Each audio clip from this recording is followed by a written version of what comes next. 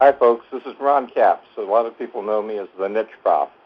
And today we're privileged to have Ken English on the call with us. And I want Ken to talk with you because Ken's going to be involved with a new school of social marketing.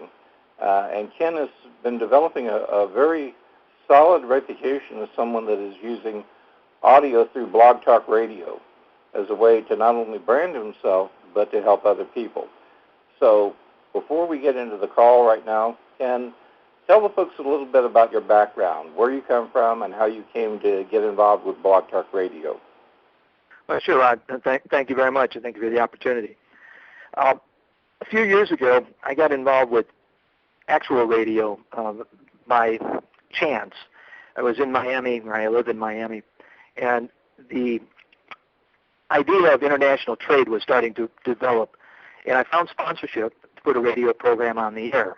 And all of a sudden, I realized the power of communication through radio, through audio formats. The problem with radio in a conventional sense is that it's expensive. Somebody has to pay for the airtime. I was doing brokered time, and I learned pretty quickly that what that really means is the longer you do it, the broker you get.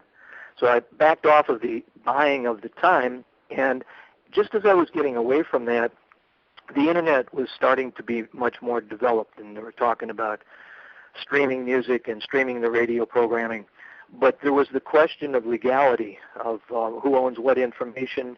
The radio stations were reluctant to put their signal out on the Internet because of the commercials, the music rights, the many issues that are, I guess, still being discussed. But I saw how great that would be to have a few listeners in different countries, different places, and things like that.